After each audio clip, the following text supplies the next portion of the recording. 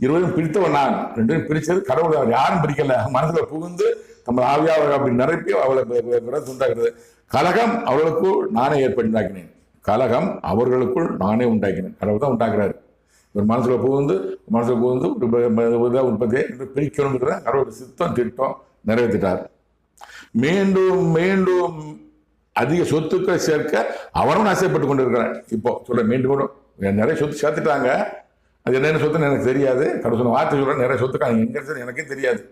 நான் டிவியை போட்டால் பார்ப்பேன். நான் அதில் ஒரு தோட்டம்னு சொன்னாங்க.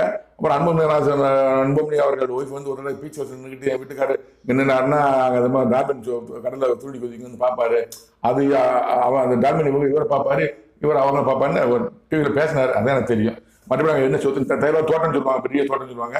எனக்கு சொத்து தெரியாது. நான் தென்மாட்டை சேர்ந்தவன், வடமாட்டை என்னன்னு தெரியாது எனக்கு. ஓப்பனை சொல்கிறேன். நான் மீண்டும் மீண்டும் மீண்டும் அதிக